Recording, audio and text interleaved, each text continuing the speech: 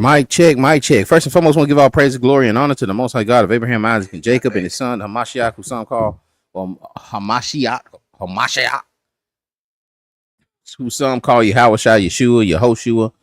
We mostly know as Jesus Christ. Doing a lesson here today on the kingdom, one of the kingdom series lessons, on humility. Just felt like doing humility today. I know this is just random, but came out of a deep sleep, a deep rest, and I had said I was gonna do this today, so I'm definitely gonna go through it. And a lot of this stuff is just one liner, so we can just write these things down and continue on. But there are some lessons that we can glean from that we may have to take some time with. Let's get a 1 in the chat if I could, if I have volume, and then I'm gonna go ahead and we're gonna go ahead and crank this thing, man. A lot of people probably just catch it late. I know everybody does lessons on Shabbat, and so we probably this probably be one of those things that people catch later. Let me just make sure I got volume. All praises, brother. Is that Adiyah? Binya Israel? We're going to go ahead and run through this thing real quick, man. Appreciate you stopping in, brother. All right, be humble. Be humble. We might have to look at the Acts 22. I had meant to go back and look at that.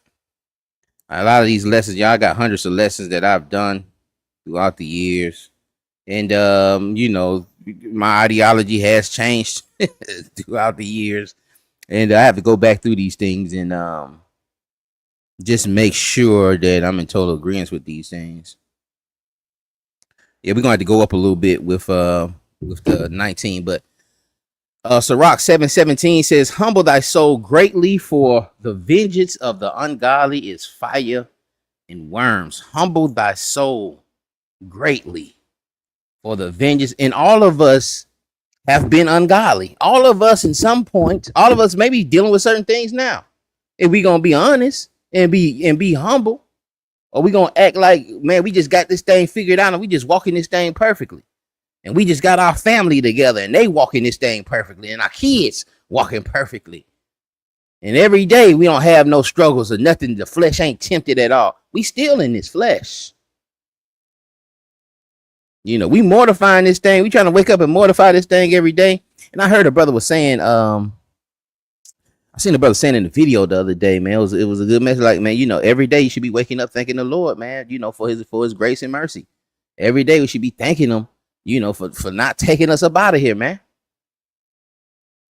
For not taking us up out of here, in the midst of our sins, in the midst of our iniquities. Praying that the Lord help us get and overcome some of these things. But again, that's some of the humility that we got to be operating in. A lot of us have come into this thing and gotten prideful because we've learned a law, or we learned a certain law. Well, I know a law that I'm keeping that I know these Christians ain't keeping, and we get all juiced up, but we still breaking some of the same things. We still having some of the same battles. And this becomes this versus game that we shouldn't be dealing with, especially again, dealing with humility, understanding that we've all fallen short, understanding that we can only get into this thing through the grace, mercy, and that blood. All right, it's nothing we can do to qualify. It's nothing that we can do on our own to qualify. All right, we were bought with a price. We were bought. All right, we didn't buy ourselves. We didn't complete the mission. We didn't fulfill the law like he did. We didn't do that. Acts chapter 20. Let me go here to we're gonna go to the Strongs here. I'm gonna present. Let's see here, share the screen. Acts 20, and we'll just put 20 in there. I pray all is well with brothers and sisters on this Shabbat.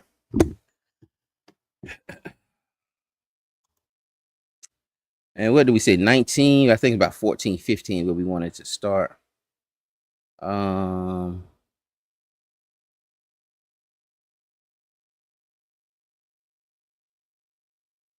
I think we'll start at 17.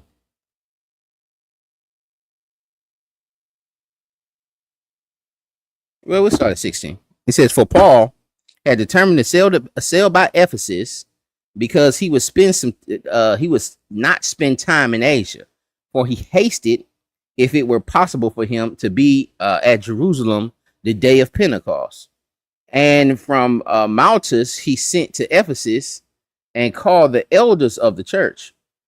And when they were come to him, he said unto them, ye know from the first day that I came into Asia, after what manner I have been with you at all seasons, serving the Lord with all humility of mind, and with many tears and temptation, which befell me by the lying in wait of the Jews. All right, now he's explaining to these elders before he leaves to Pentecost, that man, y'all know how you know how I serve this thing, man. Basically, I'm being an ensign, being an example. Now, how and the things that I had to deal with from my own people, and the temptations and the things I was trying to escape from, my own, that befell me lying in wait of the Jews. And how I kept back nothing that was profitable. I didn't hold nothing back from y'all. Anything that I knew that y'all can use, I was giving you that. And that key point there is that verse 19 is that humility of mind. I want y'all to have that. I want you to have that same humility of mind that I had, even though I had, and that's another thing. I don't even think I have that one in there. Thank you, Lord. That Paul was talking about, the great, but it's a little different. The great revelations that he had to be given a thorn. For the humility also. I don't have that connected to this class, but that's another point also, is that some of these thorns are saving some of us. Some of these thorns are saving some of us from being prideful. Like, man, if I just had this one thing, if I could just get over this one thing, man, I'll be, and you're not getting over it because you already have that initial thought of, man, I'll be da da da da da. And then, I seen Jamal Bryant. Stop sharing here. Let me go back to the presentation here. I seen Jamal Bryant. He was saying that Pastor Jamal Bryant, he was saying, man, I imagine how far I would be if I just had sexual discipline. Because he's been through so many different wives and so many different situations. We seen, I don't know if you watched my other video about the Cheeto pastors, the flaming Cheeto situation, but he was talking about, oh man, your legs so pretty, telling Cameron his legs were pretty and stuff. But so he knows, he's aware that he doesn't have sexual discipline and that's holding him back. And I don't want to get too graphic, but he's dealing with some things with that's hindering him in his ministry and the work he should be doing or been elected to do for the Lord. But it can cost him. It can cost him everything at the end. It can cost him everything at that judgment seat if he doesn't get that together. So you got to pray that brother gets that up off of him. He understands what it is, but is he prepared for the battle? Is he going to mortify himself to get to that level that he feels the Lord would grant him? Or is this something that he's dealing with? Is this some of these thorns he's dealing with that's keeping him stagnant because the Lord's trying to preserve him? But for me, I don't think the Lord will put that on somebody. You know what I'm saying? That's just lust of the flesh for me. But I could see him trying to use that like that. And it seems that's how he tried to use it anyway. But before honor is humility. These some just quick hitters right here. It says Proverbs 18:12. It says, before destruction, the heart of man is haughty. And before honor is humility. Before destruction, the heart of man is haughty. It's very prideful. You don't even know you about to get knocked out. You don't even know you about to get stripped of everything. And it's vice versa also. Because after that, you know, the humility can come. Like we see our brother Damon Dash. You know, he's still trying to prance around and dance around, but the more and more he's getting stripped, the more, and he was a very, very, very, very prideful person. But the more he's getting stripped out here and getting abased, you know, you can see some humility. You can see the brother having some humility, man. The more, and you know, this thing is being watched in public because you know that pride was on that kind of level. But usually when situations happen like that, the pride comes out of a situation like that also. But before the destruction, the heart of man is prideful, it's haughty. Okay. Proverbs 15:33 says, the fear of the Lord is the instruction of wisdom, and before honor is humility. Before honor is humility. Okay. And we got to really believe that. That's why a lot of us is not operating in humility, because we want our honor now. We want to be honored now. We want to see we want to get medals and trophies. We got the Hebrew awards and man, we want to receive our crowns now. But that's not the system of operation. That's not how these things work. You're going to have to operate in humility first. You're going to have to be abased first. This is what Paul telling you too in the text, man. You're going to have to know how to abase and abound. All right. You can't, you want to have to know how to operate with it and without it. You can't fall out of character or lose your moral standards or let this money disconnect you from the Lord. Excuse me. You can't allow that to disconnect you from the Most High. And it does do that. It says it's hard for a rich man to enter therein. Luke 14:8-11, it says, when thou art bidden of any man to a wedding, sit not down in the highest room, lest a more honorable man than thou be bidden of him. And he that bade thee, and him come and stay to thee, give this man place, and thou begin with shame to take the lowest room. But when thou art bidden, go to sit down in the lowest room, then when he that bade thee come, he may say unto thee, friend, go up higher. Then thou shalt have worship in the presence of them that sit at meat with. Hold on, y'all. Gotta zoom it in. That sit and meat with thee. For whosoever exalteth himself shall be abased, and he that humbleth himself shall be exalted. We have to understand that. He that exalteth himself shall be abased. Him that humbleth himself shall be rewarded. Don't just go into no room and you trying to sit in Moses' seat. Don't just go inside no church. Okay, the church invited you there, right? The church, let's say whatever organization, a camp invited you to teach a lesson. You don't go inside of that building and start trying to sit at the main seat. You don't know whose seat you sitting in, and you want to sit at the table. And I know for forest camps, on feast days, they'll set the table out, and there'll be leadership, usually at that front table, and the main leader will sit at usually kind of in the middle. All right. But you don't just sit down. You don't just come in there. This ain't your organization. You don't just come in there and just take you a seat somewhere near the middle, because them seats may be designated. All right. Even though you was an invite, you go ahead, you sit in the audience, you sit in the back, you sit where the free seats are until you're called up by that elder for him to say, okay, brother, we want you to sit right here. Wait to be seated, rather than going into this situation just trying to sit in front of the camera. You know, brothers be trying to get in the camera, trying to be seen on the videos. Like Suge Knight, what was that Suge Knight talk about, Puffy? You got to worry about your CEO all in the videos.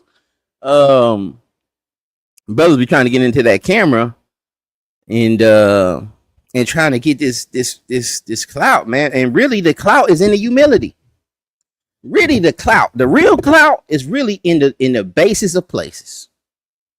The brother who or the sisters who put the tables together and bought the flowers and the spread and put the tablecloths on the table. So brothers can just go in there and sit down. See that the most clout really go to them. The ones who didn't, who was there when nobody was there. Who booked the room and got all that stuff situated and so forth. But you gotta be mindful of these things. Don't just go into this room thinking, oh man, I know so and so, I'm finna sit here. And then when the brother moves you and the elder say, well, nah, that's so and so. See, I must get you to sit. I'm gonna get you to sit over there. Now you in your feelings, and now you want to leave the camp, and the camp ain't nothing. It's trash. And brother Phineas is just a false teacher, a false prophet, and he don't know what he's talking about. Leave that camp, wherever camp he at. Don't watch his channel. And that's how a lot of stuff, and it's not just and salute to my brother Chris Briggs. He been doing a couple of lessons on that about church hurt. Man, that church hurt is serious, man. I had bought a book on it. And it only takes this little thing, man. It only takes that, the pastor was talking to somebody else while they were shaking hands coming out the door. He didn't get to shake your hand. You in your feelings. You're in your feelings. You know what I'm saying? So just the little smallest things can offend. And even if you're in leadership, you just got to keep moving. The show got to go, and you can apologize if you didn't bring no offense. And again, that's humility. Having to still apologize to that person, even though you felt like you didn't do nothing, but you see there's an offense there, still reaching out to those people. And sometimes you can be prideful, just, man, I ain't gonna say nothing to him. I ain't do nothing. I ain't calling him. I ain't finna try to see what's wrong with him. In his feelings. For no reason. No, I ain't calling that joke. Anyway, humility will be rewarded. Proverbs 22:4. It says, by humility and the fear of the Lord are riches and honor and life. Humility and the fear of the Lord. Do we believe that? Do we believe that? All right. 1 Peter 5:6, it says, humble yourselves, therefore, before under the mighty hand of God, that he may exalt you in due time. In due time. Not on your time. Not on your time. On due time. All right. He got a timeline. Everything written out on due time. All right. According to this timeline. But you got to abase yourself. You're going to have to act out in humility until that time comes. And you can go out here and go out here and get as many jobs as you want. You can go out here and teach as many classes as you want. But you ain't going to be exalted. You ain't going to be seen. You ain't going to be honored until due time. On his time. I don't care how you feel about it. And brothers can gas out, man. Brothers can lose anointing, can lose oil, waiting on that due time because they feel like that due time ain't coming quick enough. Why? Why we ain't got where all the members at? Where everybody at? Why ain't nobody showing up to class? Why it's only 7 people in the watching your videos? Brothers can gas out. It's in due time. It's on his time. You're going to have to understand that. 1 Peter 5:6, it says, humble yourselves, therefore, under the mighty hand of God. Okay, we just went that. Matthew 5:5, blessed are the meek, for they shall inherit the earth. Blessed are the meek. Blessed are the humble. Do we believe that? Or blessed are these brothers be on TV, with the Lambos and the rappers, showing all of this stuff and the real, what's that? Real Housewives of Atlanta, and they living in these mansions. Look at the issues. Look at the issues. Are they happy? They taking, man, you don't know what these folk going through. These folk probably got a whole medicine cabinet full of darn prescription meds trying to get through the day. They got to sit down 2 hours for somebody to draw something on their face, man. to put them in a character, to put them in an outfit, to put them in a character outfit so they can make it through the day. And they be wondering, man. I remember I seen something where they was talking about Michael Jackson used to put on all of these different disguises just so he can go to the movies like regular people. Just so he can be regular.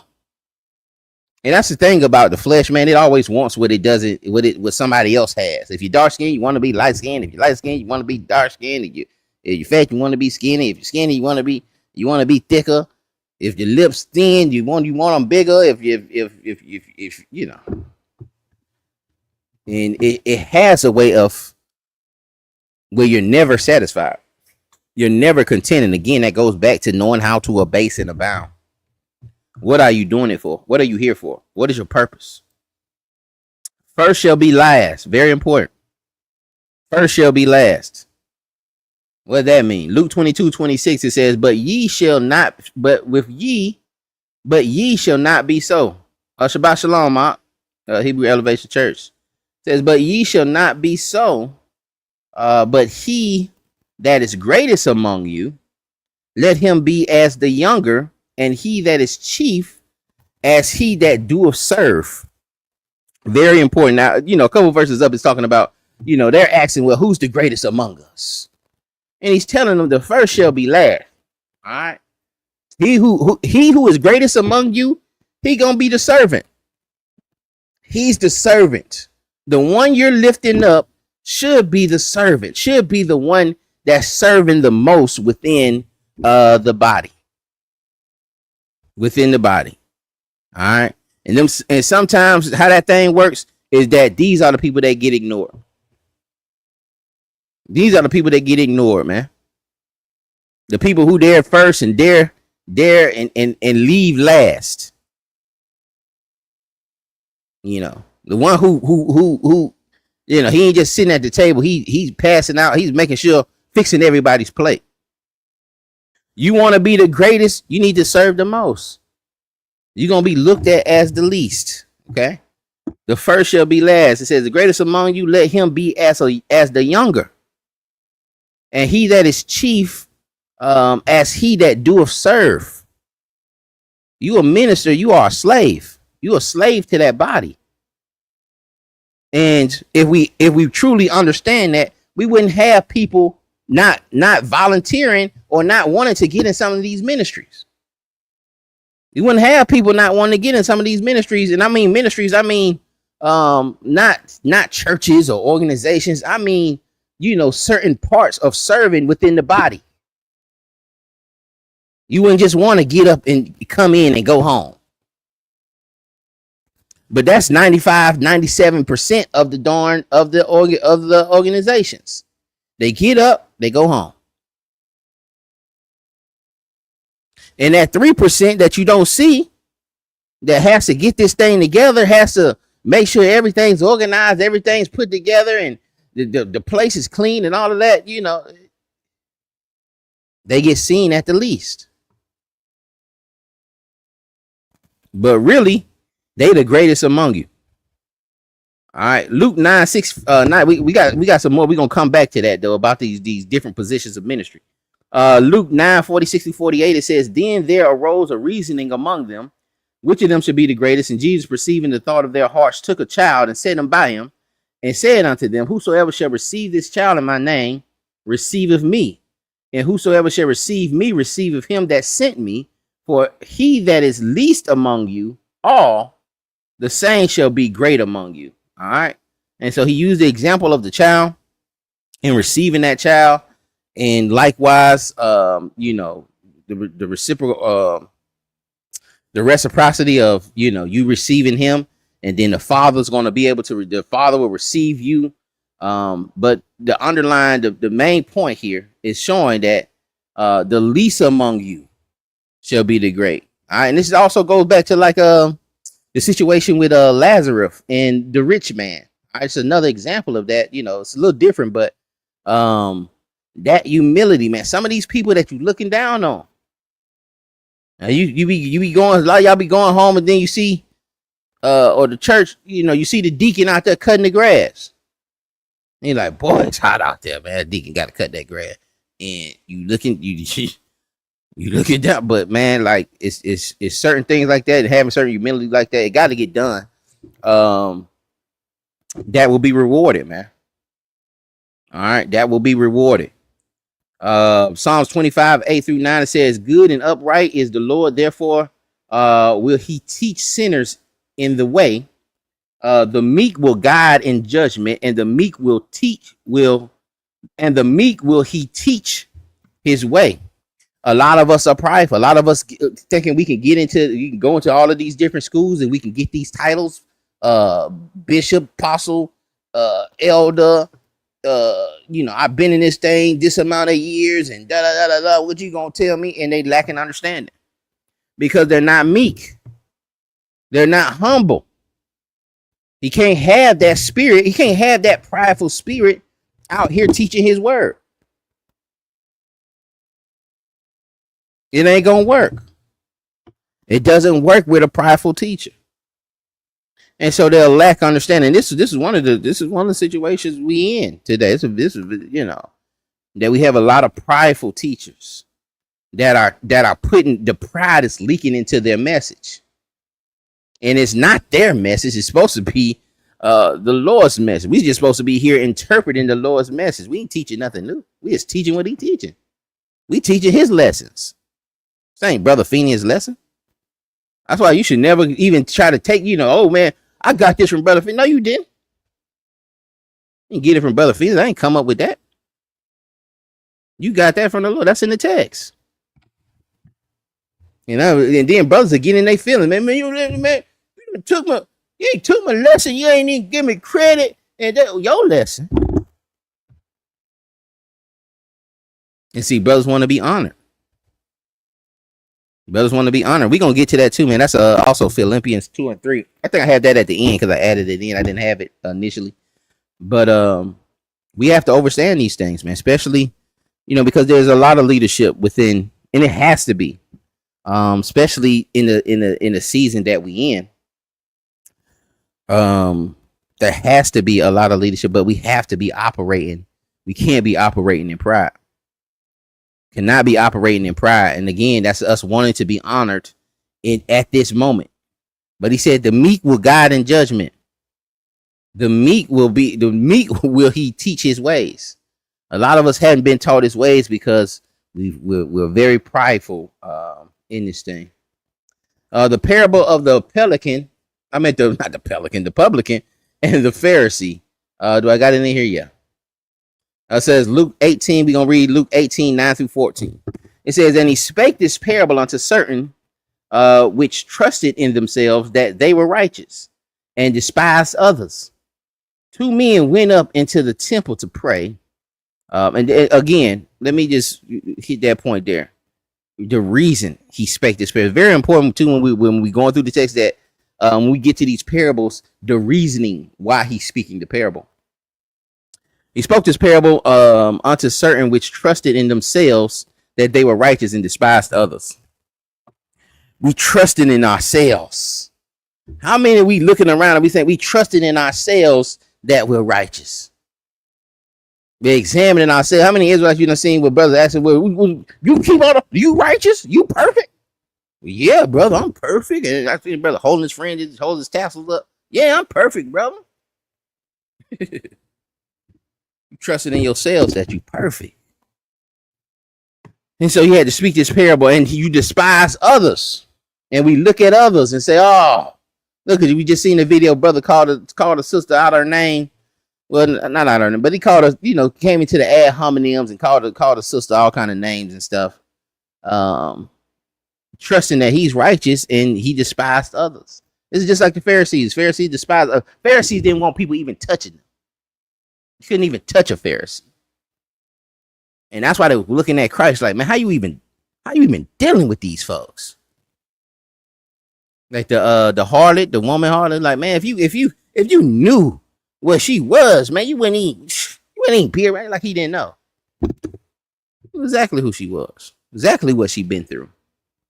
And sometimes people who've been through the most have the most appreciation. That's why again, man, the afflictions are the blessings.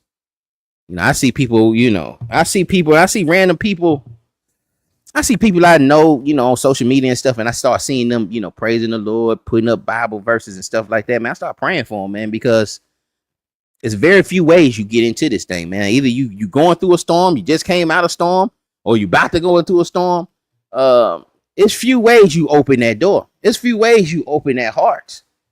And a lot of times it comes when there ain't no other answer. You ain't got nowhere else to go. I see them quoting them verses and stuff. I say, oh, they going through it. They going through it. They going through it. Yeah, that thing getting hot. And I just got to pray that they make it through that storm and be grateful also, because you see how they're moving. Because if it wasn't for that, they probably wouldn't be throwing up them verses. They'll be throwing up pictures with them partying and kicking the bobo in the club and getting drunk and getting high, and but that storm, it humbles them. It humbles them. But they just have to, ain't got nothing else to do but cry out to the Lord and share in that glory, and have others, bring others in and say, look what he's doing for me. Look what the Lord's doing for me. Look how he's bringing me out. Look how I'm trusting in him. And they know something going on, because they know you wasn't like that. I was one of the wildest. I'll show y'all some pictures. My brother sent me a picture the other day. I was like, my goodness. Where I was at, y'all? Yeah, we still on the publican. All right, two men went up into the temple to pray. The one a Pharisee, and the other a publican. And again, when you seeing these Pharisees mentioning they were reverenced. And Sadducees and Pharisees were reverenced. All right. And they had the bread. They had the nice garments. One's a Pharisee, the other a publican. And the publicans were hated. Doing tax collectors, knocking on doors. Man, if you grew up, I was born in the 80s. So, I remember there was a tax collector used to come to the house. It was a tax collector used to come knock on the door. And we would all just be quiet. We all had to be quiet. I'm talking about serious. It was serious. When that tax collector came to that door, everybody had to be quiet, lay on the floor pretty much, and dodge this darn tax collector. If we didn't understand what it I barely understand it today, what they were paying for. But family used to dodge that tax collector. It was a tax collector or an insurance collector. But used to dodge them. Used to dodge them. He says, where's the link? We're not putting the link out. We're doing a lesson. You're doing a lesson right now. I'll put the link out a little later. What you trying to bring out?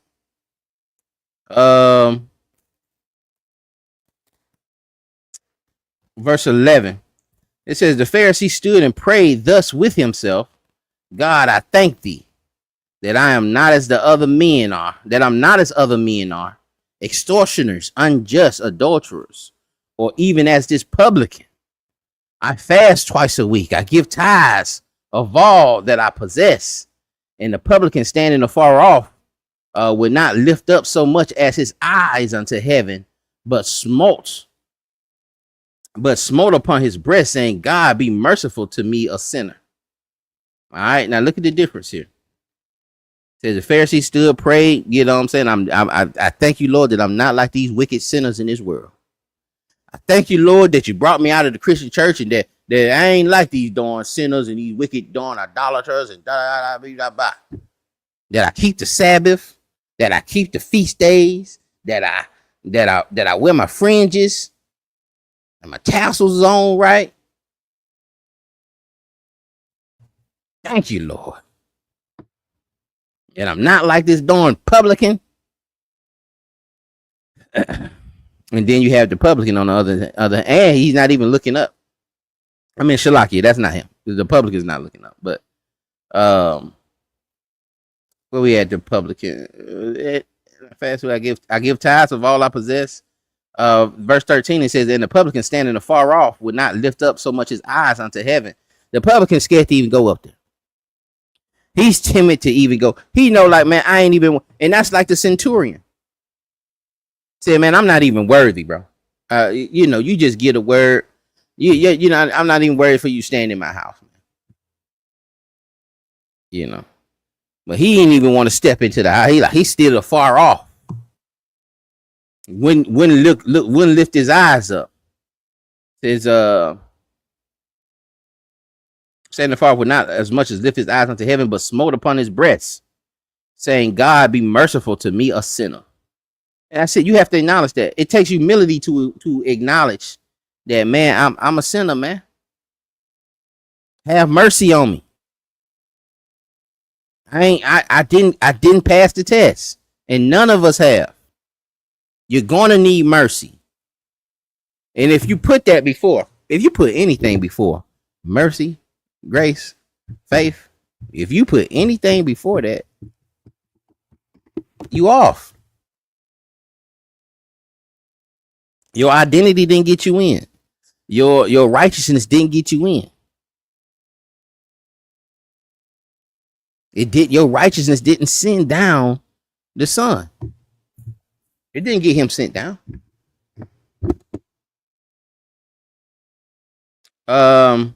Verse 14, I tell you, this man went down to his house justified rather than the other. For everyone that exalteth himself shall be abased, and he that humbleth himself shall be exalted. All right. The who got justified? Was it the one who said that he tithed all of his money, that he tithed everything that he possessed, that he fasted twice a week, that, you know, he kept all the feast days and da da da da? Or was it the one who said, man, you know what? I'm a sinner, you know. Excuse me. I need my mercy. I need mercy. Grant me mercy, Father. I'm not worthy, but I ask for mercy. I'm a sinner. Acknowledging your sins. You know, and that's one of the things in the text too, man. Acknowledging your sins one to another. But that takes humility. And you can still stand on those things. You can go out on the street corners and point out everybody else's sins. But what does that make you? And that's why we can't have the compassion. That's why the compassion is lacking. Because we're pretending like we got this thing together. And we can look at somebody else and dog them out. And say, man, I'm glad my wife wear dresses. I'm glad I got my sister to understand you know, she gotta wear a dress every time. These sisters out here just wearing these darn jeans and stuff, they gonna get destroyed. That's why the compassion is lacking, because we're not operating in humility, and we're not recognizing that we need the same blood that they need. Are we trying to win these folks? What are we doing out there? All right, again, that last place there says that everyone that exalteth himself shall be abased, and he that humbleth himself shall be exalted. And so, when does the abasement happen? And when does the exaltation happen? You know, and if it's at that judgment table, which do you want? Do you want to go to that judgment table speaking like the Pharisee or speaking like the publican? And that's why we have a mediator. That's why we have one vouching for us. But he's only vouching for the meek and those operating in humility. All right, must come to me as a child. Matthew 18, 1-4. At the same time, the disciples, I think we read this. We'll read it though. At the same time, came the disciples unto Jesus, saying, who is the greatest in the kingdom of heaven? And Jesus called a little child unto him and set him in the midst of them, and said, verily I say unto you, except you be converted and become as a little child. We didn't read this. I say unto you, except ye be converted and become as little children, ye shall not enter into the kingdom of heaven. Whosoever therefore shall humble himself as this little child, the same is the greatest in the kingdom of heaven. And these children are humble. You know, kids are humble. Kids understand that they have certain needs. Kids gonna ask certain questions Their brain ain't just fried that they know everything.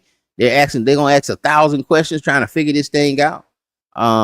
You gotta have that humility of a child, not as an adult who thinks they know everything, they done experienced everything, and they just got this thing figured out. And that's the only way you're gonna get in. It says, unless you be converted and become as little children. Become as little children. You gotta release, you gotta be retaught, you gotta relearn. And you gotta be open to relearn. Whosoever therefore shall humble himself as his little child, the same is greatest in the kingdom of heaven. Again, that humility must be there. We should be the most humble people on the planet. If we're delivering these oracles that only we've been given, and we're supposed to be these lights, we should be some of the most humble people on the planet. We should be known for that. It's like, man, them Israelites. Listen, I don't know about they doctor, but man, they some humble folks, man. They very humble. But we acting like we out here preparing for war.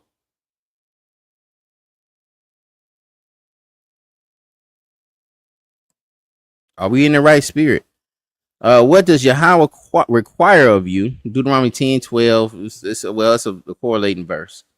I don't like to use precept no more. Trying to get that out of my system. Micah 6:8. But this will correlate with Deuteronomy 10:12. Micah 6:8. It says, "He that hath showed thee, O man, what is good, and what doeth the Lord require of thee, but to do justly, and to love mercy, and to walk humbly with thy God." And a lot of times,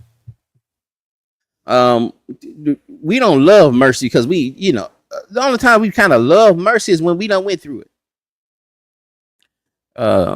When we done fell victim to the same thing. A lot of times, and that's why too, the bishop needs to be blameless so he can give proper judgment, because he may give some, he may be a little too lenient because he's been caught up in the same thing.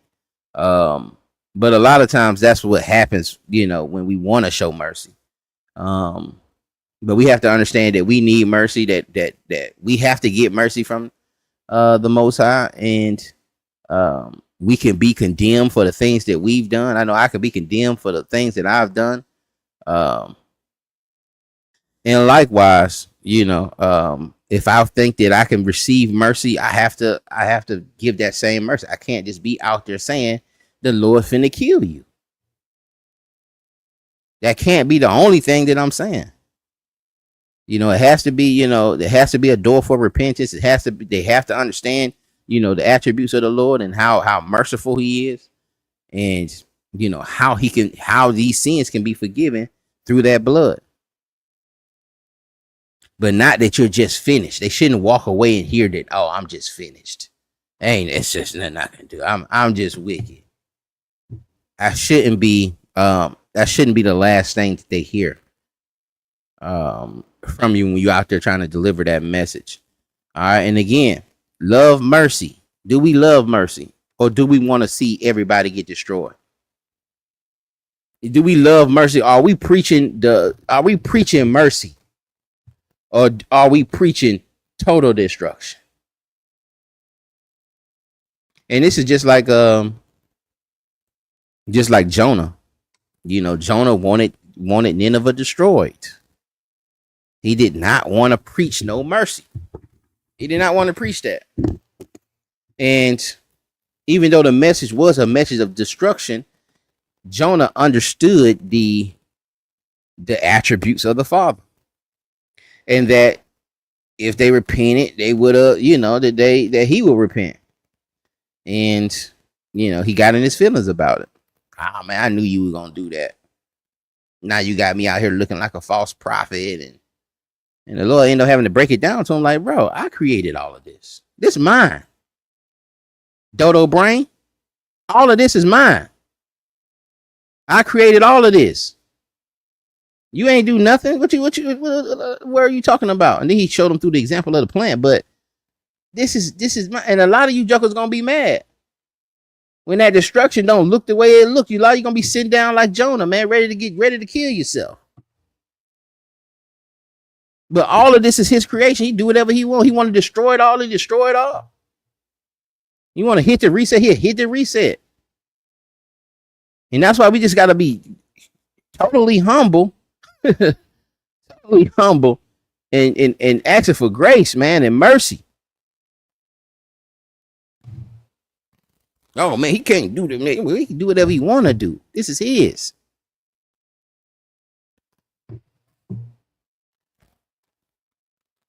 And to love to walk humbly with thy God. All right, got to be operating in humility. Walk as a king. Matter of fact, we're gonna go to Matthew 11. We're gonna go up to about 20 in Matthew 11 here. Hold on.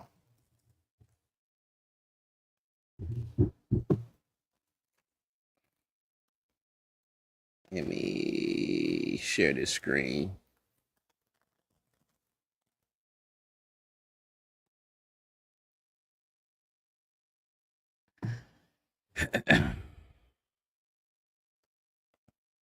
Oh, hold on. I got it up. Okay. We're going to go down verse 20 and then we're going to go down to 20.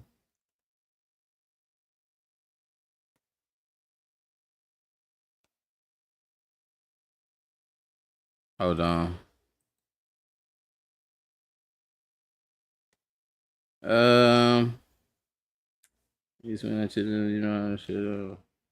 Yeah. Okay, we're gonna start at verse 20. Then came to him mother of Zebedee's came unto him the mother of Zebedee's children, with her sons, worshiping him and desiring a certain thing of him. And he said unto her, what wilt thou? She said unto him, grant that these my two sons might sit on the one on the right hand and the other on the left in thy kingdom. And Jesus answered and said, ye know not what ye ask. Are you able to drink the cup that I shall drink of, and to be baptized with the baptism that I'm baptized with? They said unto him, we are able. And he said unto them, ye shall drink indeed of my cup, and be baptized with the baptism that I'm baptized with. But to sit on my right hand and on my left is not mine to give. And that's another issue too with those with the Trinitarian mindset, and they have equal authority and so forth. It's not his to give. And I'm gonna tell you too, just a little off, what they'll try to do is that because he's in the flesh form on earth, he just yields to the Father in this form that he is on earth. But that's reach. That's you reaching with that, in my opinion. But to sit on my right hand and on my left is not mine to give, but it shall be given to them for whom it is prepared of my Father. And when the 10 heard it, they were moved with indignation against the two brethren. But Jesus called them unto him and said, ye know that the princes of the Gentiles exercise dominion over them, and that they are great exercise, and they that are great exercise authority upon them. And it shall not be so among you, but whosoever shall be great among you, let him be your minister. And whosoever shall be chief among you, let him be your servant. Even as the Son of Man came not to be ministered unto, but to minister, and to give his life a ransom for many. Very important to take that example. He didn't come down here to be ministered to. He didn't come down here for you to wash his feet. He came down here to wash your feet. He didn't come down here for you to feed him. He came down here to feed the people. And not just with food.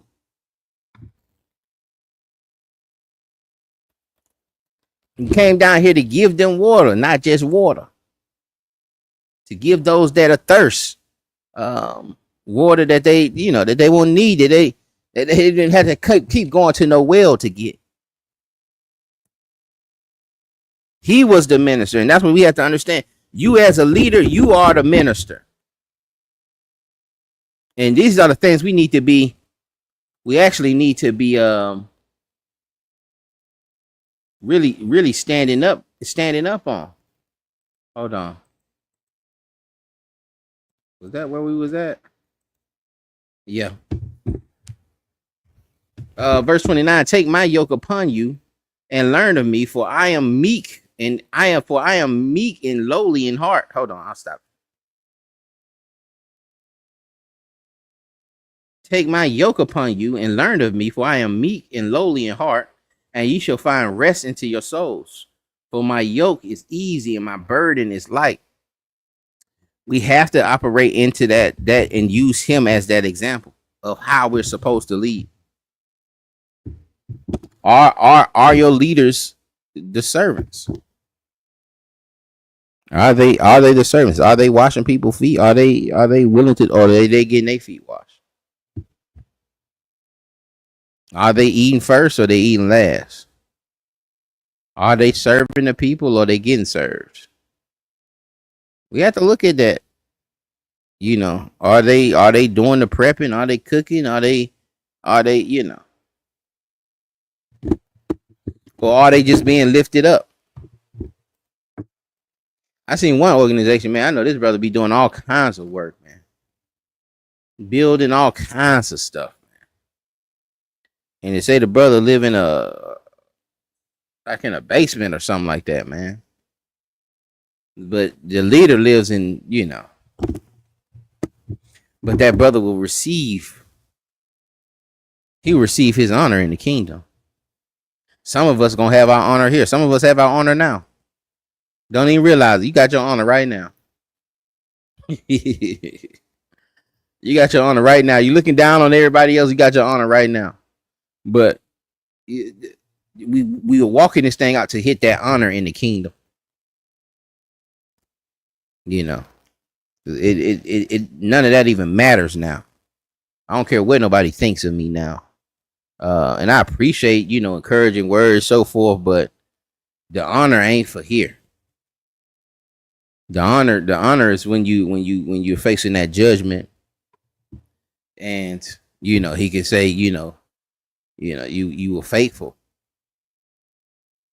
You kept the, you ran the race. Right? It's like Paul was saying, you ran the race. You walked this thing out. And then you get honored, and then you receive a crown and an undefiled garment. You take off that defiled garment and put on an undefiled garment and put on uncorruption.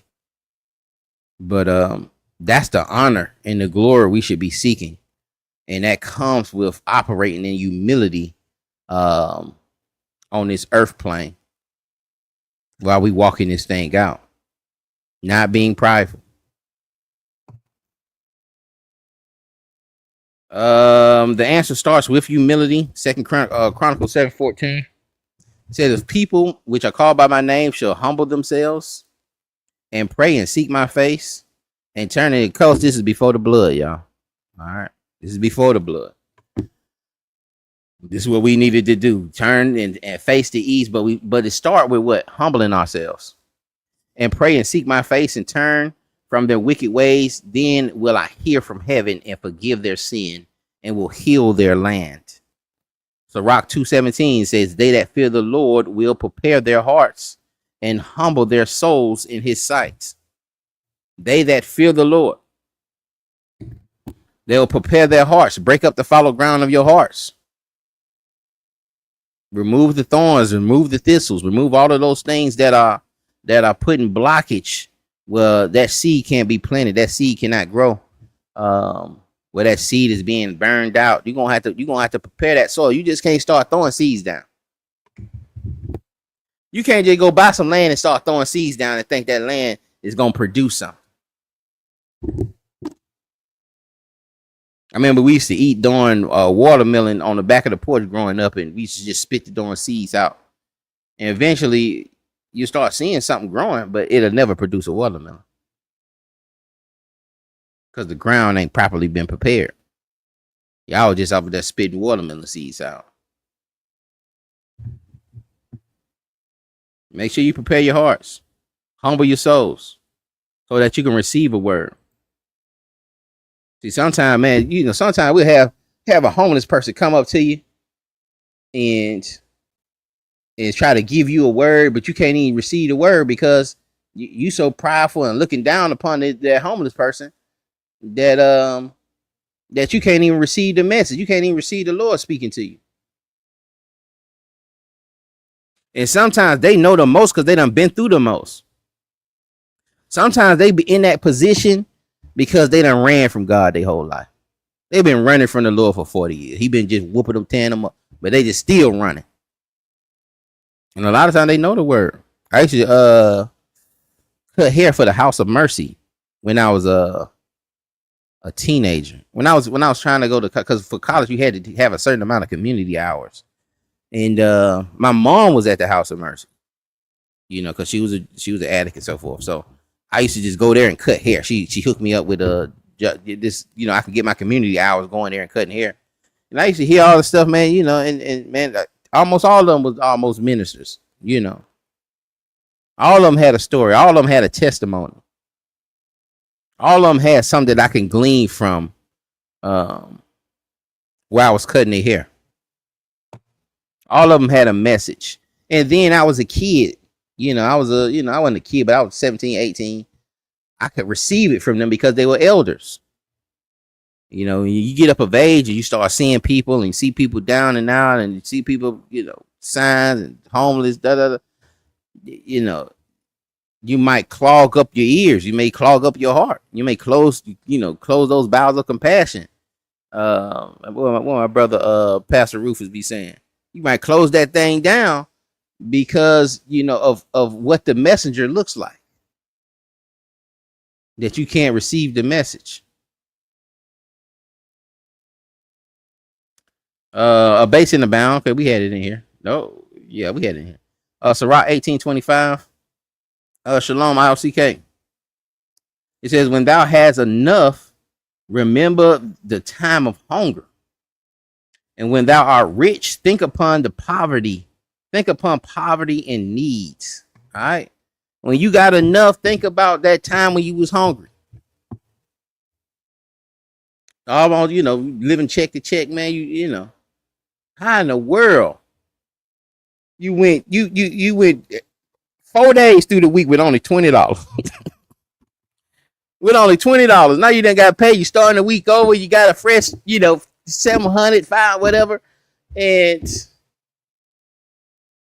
you still blowing that money. You keep doing that cycle over and forgetting that that time you was hungry.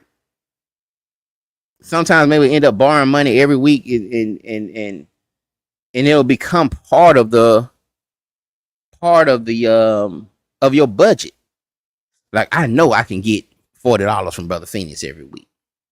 So I'm gonna do that, and then I get the $40 from Brother Phoenix and then pay him back $40. And then, and that becomes a cycle. Because you're not thinking about the time that you were hungry. You're not thinking about the time. And that's why sometimes you gotta let a joker be hungry. We forget we broke. We forget we poor.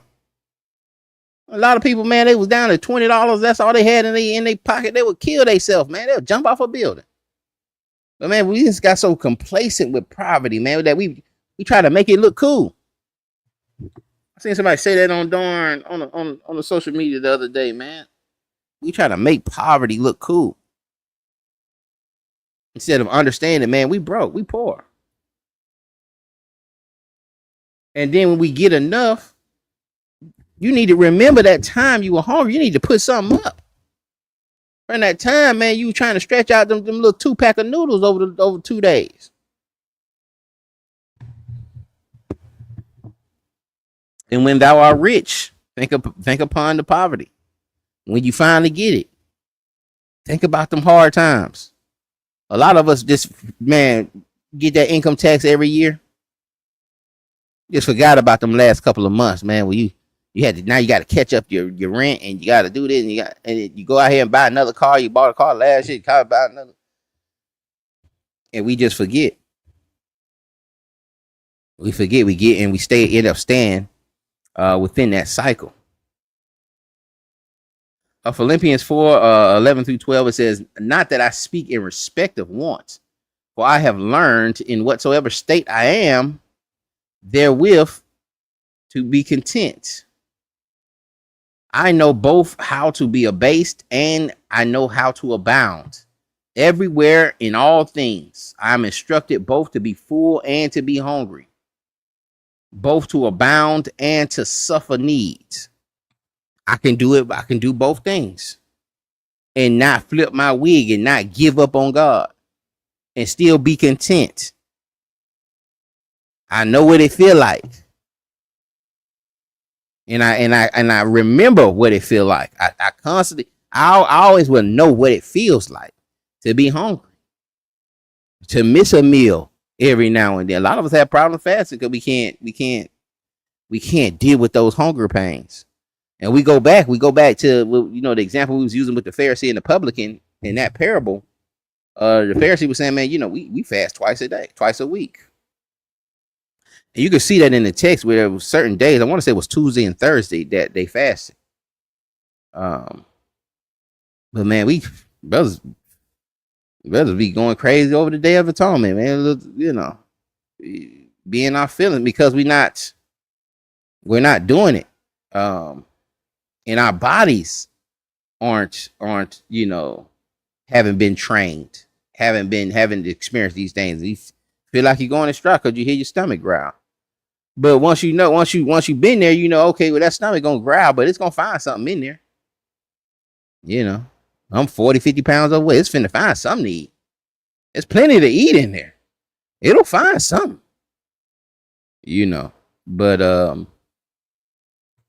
that has to be trained up, man. The mind has to be trained up. We have to know how to be complacent and content in some things. All right, where we're not being covetous and not being envious of other situations. You know, that we can abase and abound and still do this work and still give glory to the Most High, even when we suffering. Still give glory to the Most High.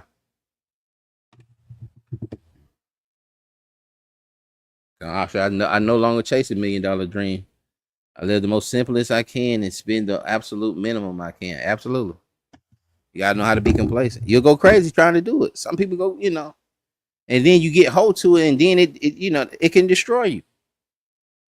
You don't know until you get there. You can say, "Hey, man, I can be a millionaire, and I ain't gonna be like so and so, and I ain't gonna do that, and I ain't gonna spend my." I mean, what's that part? It was in Friday after next, when the uncle was like, "Man, I was just like them other jokers when I said I was gonna, if I ever win the lottery, I wouldn't change. Man, I won that lottery and I got up out there and they changed me." And then he ended up in a situation where now he can't pay his taxes on his house. He jumped out there, he broke, can't pay the taxes on the house. The barbecue place ain't doing too well, and you have a level of stress. It's a different level of stress. It's a different level of stress. You know, you got to stress of, well, I can't pay this $300 electric bill, and then you got to stress on, I owe $300,000 in taxes. You can't borrow that. You might can borrow them $300. You can pawn the title on you and get those $300. You might find some around the house to pawn to get the $300, but not no $300,000. Different level of problems, and you got to know how to deal with those problems on each level before you get there. You got to know, you got to be able to handle, your mental got to be able to handle those situations. Ministry is servitude. Let's look at that word there. G1247. That's a diakoneo. To be a servant, a attendant, domestic, to serve, wait upon, to minister to one, render ministering offices to be served, ministered unto. To wait at tables, to offer food, drink of guests, of women, preparing food, to minister, i.e. supply food or necessities of life. All right. Looking at that word minister. 1 Peter 4:11, it says, if any man speak, let him speak as the oracles of God. If any man minister, let him do it as of the ability which God giveth. Okay, that God in all things might be glorified through Christ Jesus, to whom be praise and dominion forever and ever. Amen. If any man speak, let him speak the oracles of God. If any man want to minister, okay, let him do it as the ability which God giveth. What is the ability that God give? Be a minister to that. What ability do you have?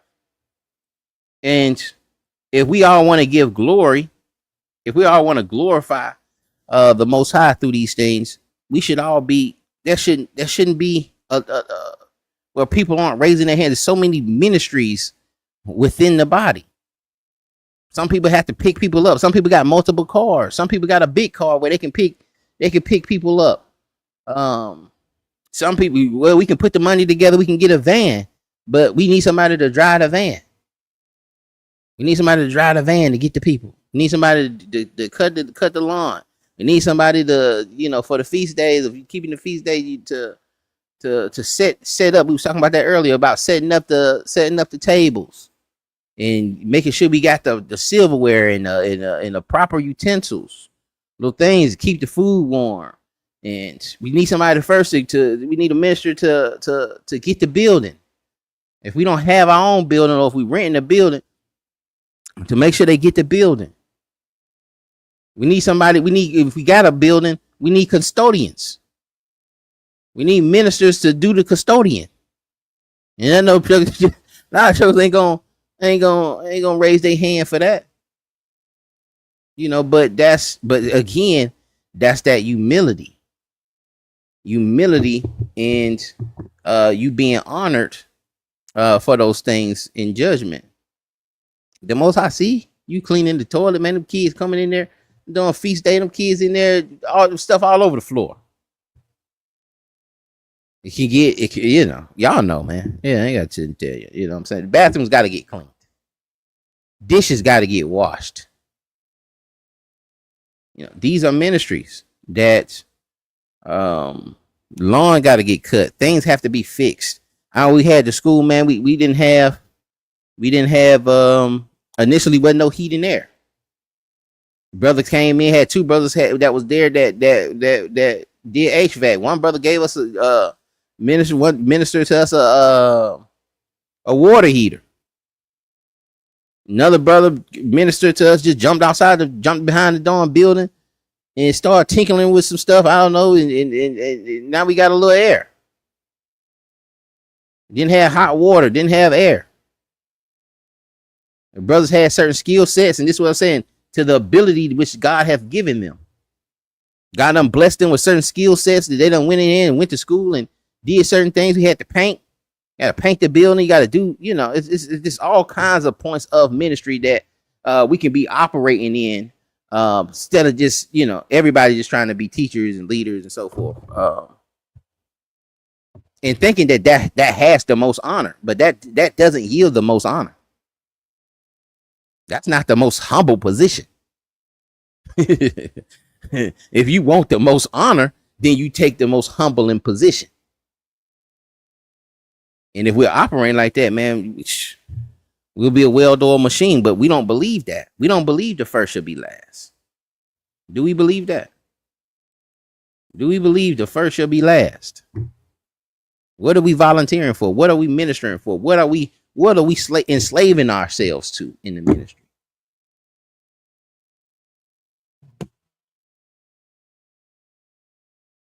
The greatest prophet to ever live, Matthew 11:11. Got about 3 more slides, y'all.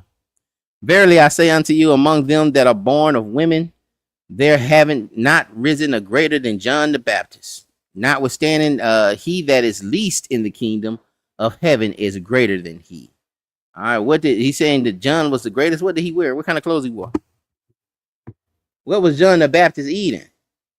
Where did he stay? He was living in the wilderness, wearing darn camel skin or some kind of skin, and eating locusts in the wilderness. And I feel all these people want to call themselves prophets, man. Like prophets, do you understand what they were doing? What are these prophets that live these great lavish lives? Another example too of humility too is Joseph. Um, when he seen his brothers again, because he could have crashed out. His pride could have let him crash out on his brothers and say, "I ain't finna feed you nothing. You just y'all tried to kill me, man. Y'all left me for dead, and now you want me to grant y'all some food and help you stay alive." And again, we read that verse says you need to love mercy. You need to love mercy. You need to love being able to help somebody. Love how to forgive somebody. To be able to reconcile, especially within marriages. What was the social status, and was he able to relinquish it to pave the way for Yahushua? And that was another point, was that John the Baptist did have a little clout. Now, he did have a little clout, but he was able to release it. He was able to release it to pave the way for your Yahushua. All right.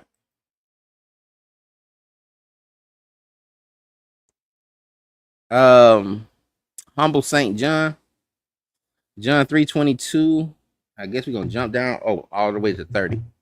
It says, after these things came Jesus and his disciples into the land of Judea, and they tarried with them and baptized and baptized. Tarried with them and baptized. And again, man, it'll just be it'll be a wonderful thing.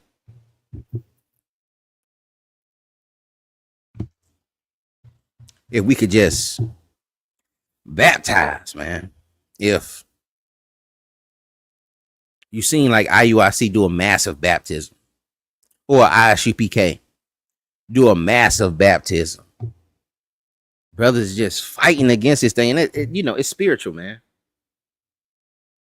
It's spiritual. I just don't understand. You can see these things in here, and even if you don't think it's out, you still see it in here. Even if you don't think it's salvation, you still see it in here. Why teach against it? And John also was baptizing in Aenon near Salem because there was much water there. Brothers take that water and say, "Oh man, that's the word." The brothers hyper spiritualizing. I also got to show y'all this video too, man. That I jumped on this brother channel, and I gotta show y'all the video. I can't show you the video really though, because I tried to screen record it, but it was on Zoom. It was a Zoom call, so when I screen recording it on my phone, I don't have no audio. But come to find out, when I jumped on the live, I was jumping on to explain some things to them about why people think the Native Americans, so forth, are Israelites. They put me in another room. They don't just let people come on. So he took me on a Zoom. He was like, "Oh, we finna feel them out first before we let them on to the thing." It was. But anyway, yeah, I may get to that maybe tomorrow. And then I'm working on something big too, so y'all stay tuned.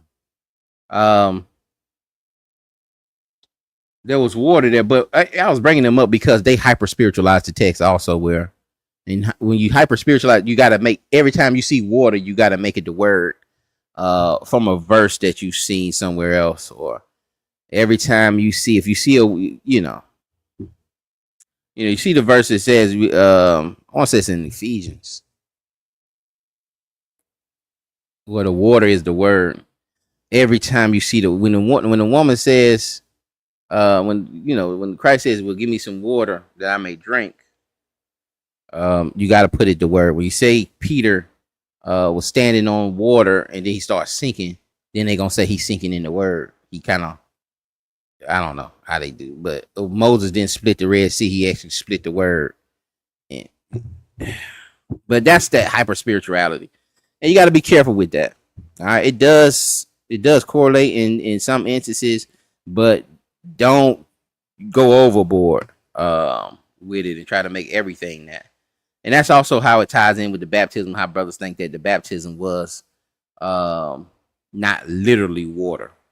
And they came and were baptized, for John was not yet cast into prison. And even with statements like that, John not yet cast into prison, we know that these writers are writing this later. They already know the story of John. All right. John wasn't cast into prison yet. Then there arose a question between, and then I ain't gonna get into that. Y'all might choke on that. Then there arose a question between some of John's disciples and the Jews about purifying. And they came unto John, and they said unto him, Rabbi, he that was with thee beyond Jordan, to whom thou bearest witness, behold, the same baptism, and all men come to him. John answered and said, a man can receive nothing except it be given him from heaven. Ye yourselves bear me witness that I said, I am not the Christ, but that I am sent before him. He that hath the bride is the bridegroom. He that hath the bride is the bridegroom, but the friend of the bridegroom, which standeth and heareth him, rejoiceth greatly because of the bridegroom's voice. This my joy therefore is fulfilled. He must increase, but I must decrease. All right. He must increase, but I must decrease. So was he able to relinquish some of the clout? Yes. He understood that once Christ started moving this thing, that he was not the Christ, but he's not the bridegroom, but a friend of the bridegroom, that he's gonna even find joy in that, and that he's gonna step aside. My mission is complete. I find joy in that. The bridegroom, the groom is here, and he finna do his thing. I gotta step aside. I gotta decrease, and we can take that also with us. Just with the flesh and the spirit. Our wants and some of the things that we desire. Some of them things have to decrease. All right, so that he can increase within our lives. We gonna have to make room. Some of us ain't got room for Christ. Some of us ain't got room for the Spirit. It's like brother was saying earlier that, I had to let some things go. I had to let the $1 million dreams go. I just got to live simple. Sometimes we got to make room. Sometimes we got to make room for the Spirit. It's a master key verse. Philippians 2:5-10. Said, let this mind be in you, which is also in Christ Jesus, who, being in the form of God, thought it not robbery to be equal with God, but made himself of no reputation, and took upon him the form of a servant, of a slave. All right. Say, I didn't come to be ministered unto, but to minister to. I didn't come for y'all to serve me. I came to serve y'all. And that's how you got to be coming into this thing. I came to serve. Not that I come in here to be some leader and to be some ruler and to be over the body. No, leaders got to come to serve. And that's why I don't understand, people who want to be lead. You go to the very first video that I have on this channel. You'll see that nobody was trying to be no leader. We didn't even want to be considered a camp or organization. We just wanted to really just get behind folks and help them build their camp up. And we'll hold posters, or we'll do whatever. If we need to teach, we'll teach. And we, even then, we had doctrinal differences. Even when we were starting helping HOI start, there were differences that we talked about. Like we didn't believe in we didn't believe in Pilate. We didn't believe in the Star of David, and certain things. And but we understood that, and we still, was able to teach. Whatever if some of that stuff even was gonna come up, then we let them teach it because it's their platform, and we'll step aside. But that was the mentality that we had. I didn't, jokers didn't say I was a leader until it was time to bash me. Until it was, the leader of Prince of Power is a false prophet, and I'm like, what? Who made me the leader? When did that happen? Because you don't want to take that. You don't want to take the responsibility because you have to be a slave. You got to be a servant. You're going to be the leader. You got to be there every day. I don't care how you feel. You need to be there. You need to call somebody to be there. And, the doors got to be open. We put that stuff on that door. You got to be there. Somebody got to be there. Wednesday, Thursday, Friday. And if somebody call out, somebody still got to be there. I don't know why, but it's for different reasons. It's because people want to, a lot of people want to take advantage, or a lot of people want the clout. They don't want the service. They don't want the responsibility. But if we understand, like we going through this class, we understand that the humility is going to bring the honor. That joker over there cleaning the bath. Jokers will be fighting trying to clean the bathroom. I'm gonna clean it this week. I got it this week. No. I got, But just look around. Next time you in the organization, look around. Who get up when the thing clears out, when the leader or the pastor gives that final word. See how many people get up and go to their car, and then examine the ones that stand and see where they at. See what kind of clout that they have. Somebody got to clean that bath. Somebody got to clean that dining hall. Somebody got to cut that grass. Somebody got to fix the plumbing. Somebody got to, see who there. Somebody got to go in there and vacuum the door and vacuum the little pew area or whatever. Somebody got to take these folks home. Look at who's driving the bus. Who's driving the van. Look who's piling people up and getting them into the car.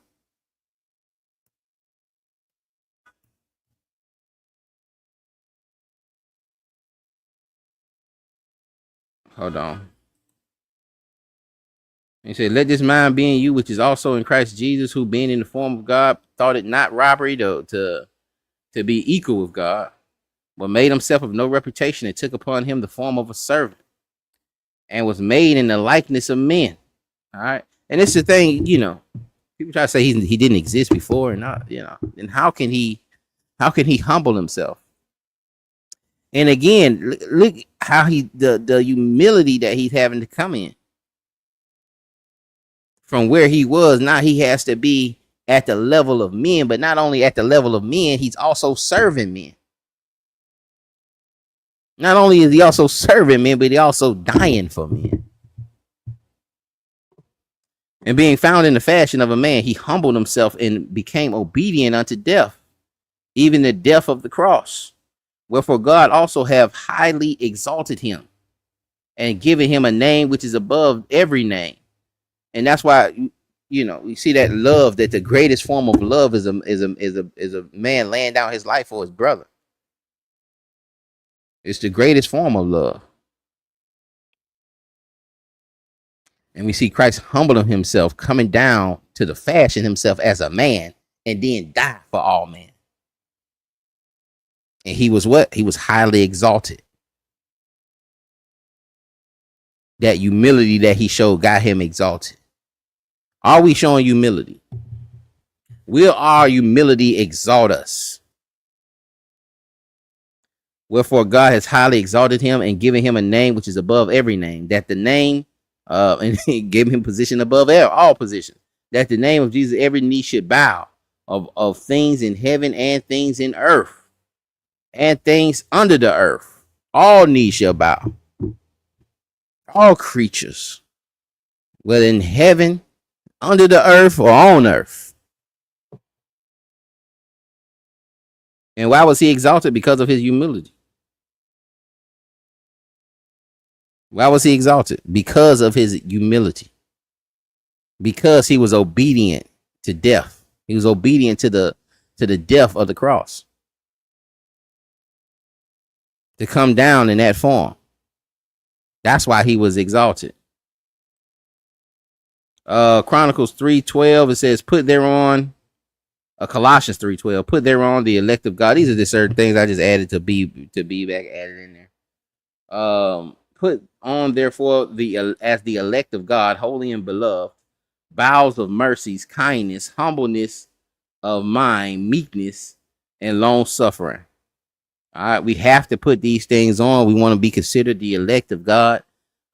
We have to have the bowels of mercy, kindness, humbleness of mind, meekness, and long suffering.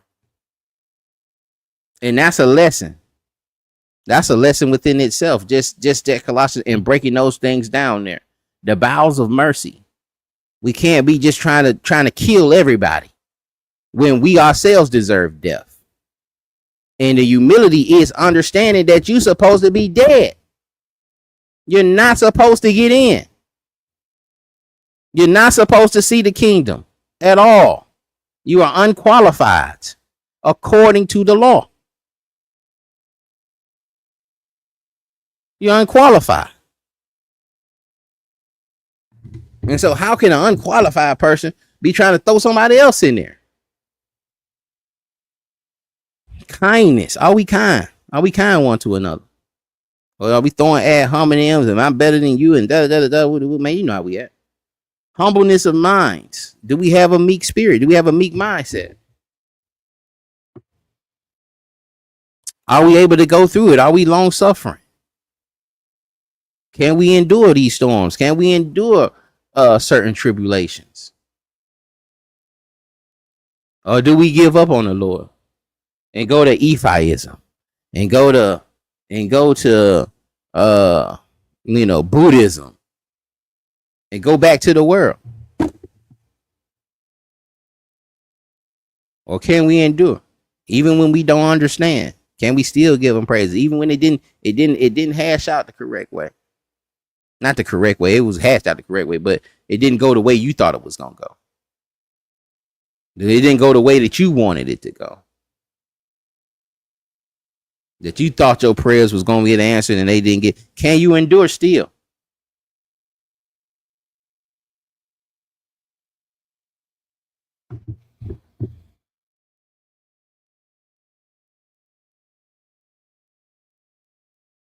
He was a slave. Christ was a slave. He was a slave, man. And then to hear people say, man, we can't feed these people, man. How we going to feed them? And then people not even understand who you are. Mary, oh, man, if you just would have came just a little earlier, he wouldn't be dead. What you mean? If I would have came earlier. I don't care if I came the following year, I could raise him from the dead. I don't care if I came 10 years later, I could raise him from the dead.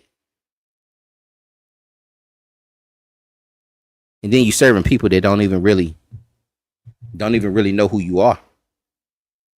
They don't even really have faith. Oh, you have little faith. How long must I be with you? Lord, I'm saying this. I'm praying to you out loud so they can hear for their sake. I know you hear me, but I got to say it for their sake so they can see this man come out of the grave so they can believe.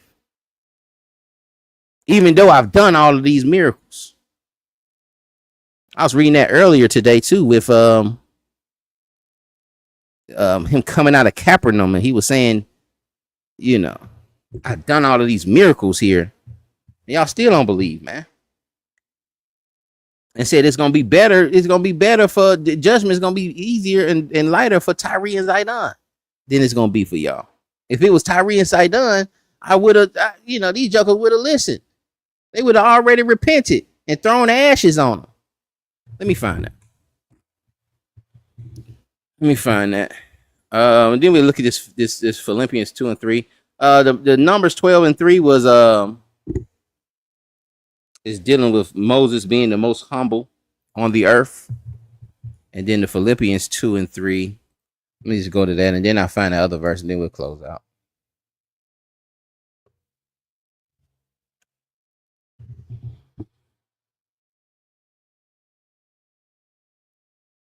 Is that it? I don't know if that was it. Was it 12 and 2 and 3? Philippians 2 and 3. Let nothing be done through strife and vainglory, but in lowliness of mind, that each esteem. Yeah. This is what we want. Let nothing be done through strife and vainglory, but in lowliness of mind. Let each esteem uh let each esteem other better than themselves. Um and that's key. Are we esteeming? How many of us are esteeming others more highly than themselves, more highly than themselves? You know, you know, going and exalting brothers and saying, man, that was great, brother. Appreciate you, man. You da da da da. You this and that, you know, and speaking highly of each other. And I need to work on that myself because I I be going in on brothers, So that's even a check on myself that I need to do more esteeming of my brothers and some of the things that they do well, versus me just doing videos showing some of the errors that I feel that they're doing. But I even myself, we got work. We got work we got to do. We got to work on ourselves. We got to be able to see, and that's what I'm saying. Having that heart humbled and preparing that heart and humbling thy soul that we can receive the word. That we have to, we have to exalt each other higher than ourselves. Also, but we do have to rebuke. we do have to rebuke too. Let me find that verse for 1 second, y'all.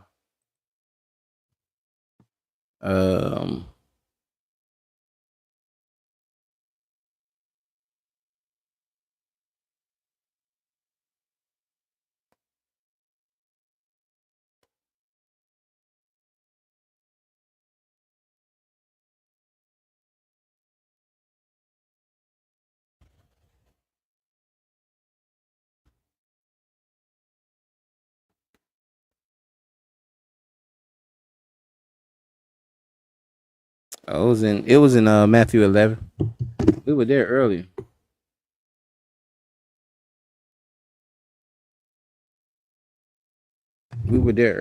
Hold on. Matthew 11. We might have. Did we read it? We might have read it. No, we didn't read it. Unrepentant cities. Is my screen sharing? Nope. Screen is not sharing. Hold on. Matthew 11 verse 20. It says, "Then began he to upbraid the cities wherein most of his mighty works were done." What is upbraid? Upbraid the cities. What is that? And see, that's how a lot of us miss this. Because we read certain things, but if you see it and you don't really understand, look at what it's saying. Hold on. Upbraid. Reproach. Revile. Cast in one's teeth. Suffer reproach. Deserve reproach. What is he saying here? He pretty much chumping these folks off. He's chumping these cities off. He began to chump off he began to suffer reproach on these cities.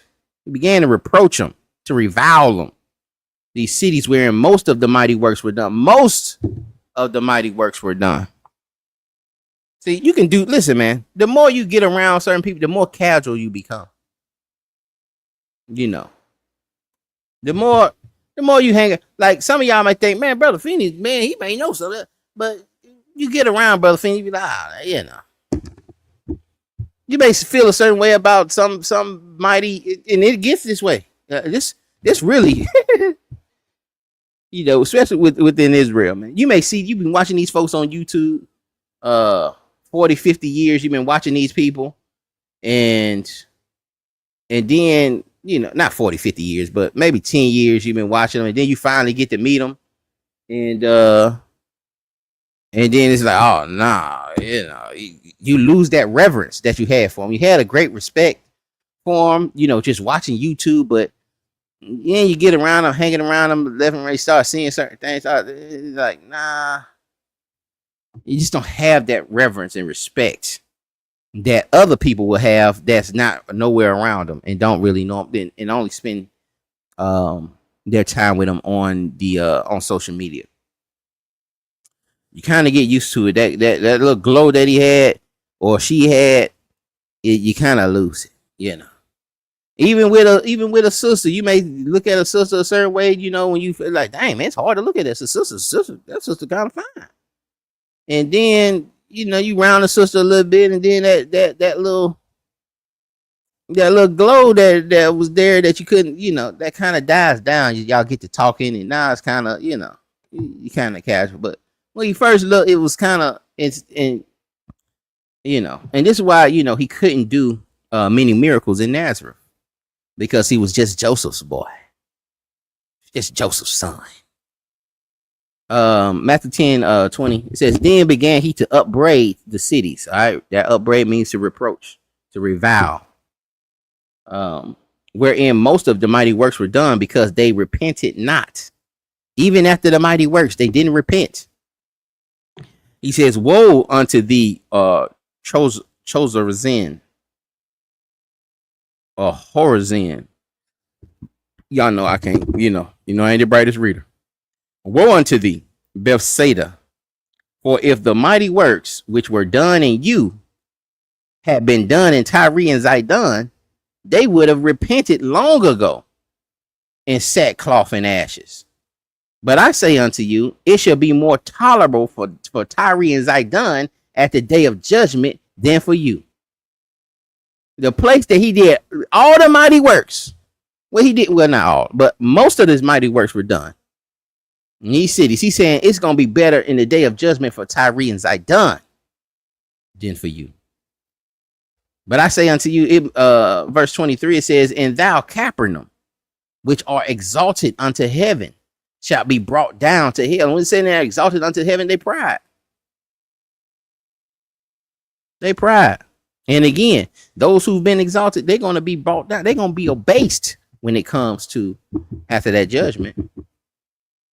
It says, shall be brought down to hell. For if the mighty works which have been done in thee had been done in Sodom, it would have remained unto this day. Sodom would still be here. If I had did the miracles, if I had came back before that day, back in that day when the father was dealing with Abraham, and I went into Dawn Sodom and I did those miracles, they would have repented. And they wouldn't have got that fire that they got on them. But Capernaum, it says, verse 24 says, but I say unto you that it should be more tolerable for the land of Sodom in the day of judgment than for you. And that should be scary. That should be spooky. That should be scary. But that was it, y'all, for the class. It says, Brother Reuben, Yah is Yahusha. Job 9:8. It's Job 9:8. You gonna pull that from? And Mark 6:45. Happy Shabbat, brother. Matthew 13:58. Yeah. Matthew 20. Matthew 13:57 through 58.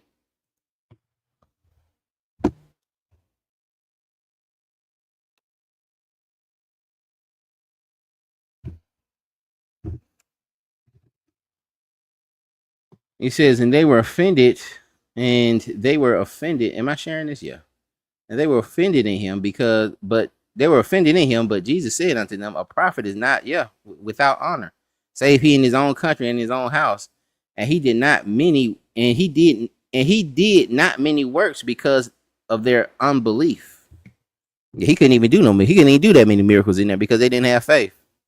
Again, he was common to them. He just Joseph boy. He can't do nothing. He just Joseph boy, man. Don't nothing good come out of Nazareth. Yeah, If we go up a little bit, yeah, is not he the carpenter's son? Verse 55, is not his mother called Mary and his brethren James, Joseph, Hoses, and Simon and Judas, and his sisters? Are they not all with us? Whence then has this man all these things? And they were offended. They were offended in him. Yeah. But Jesus said unto them, a prophet is not without honor. It's even like that even goes into like breaking music, man. You know, a lot of times people ain't gonna listen to your music. My screen went dead. Hold on. People aren't gonna listen to your music until you make it somewhere else, and then they bring you back.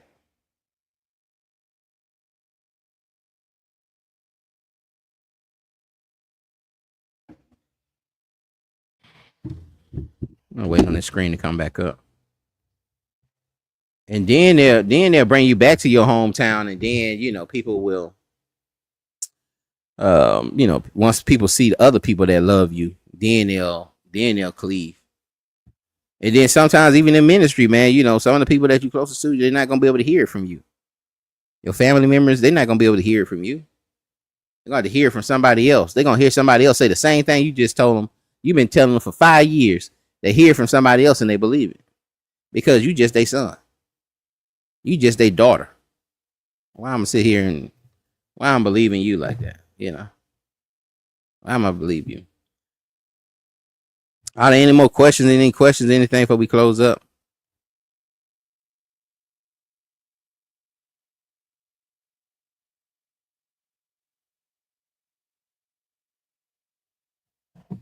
Any questions before we close up?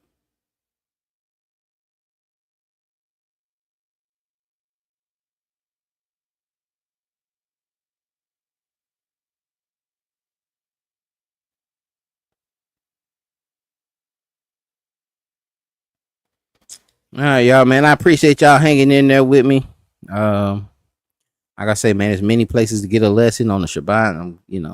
I appreciate y'all stopping in to hear a word from old brother Phineas. Again, man, humility. We got to be operating in humility, and in understanding that that we only got to this thing through His mercy, through His grace, and faith in His blood. It wasn't our own doings.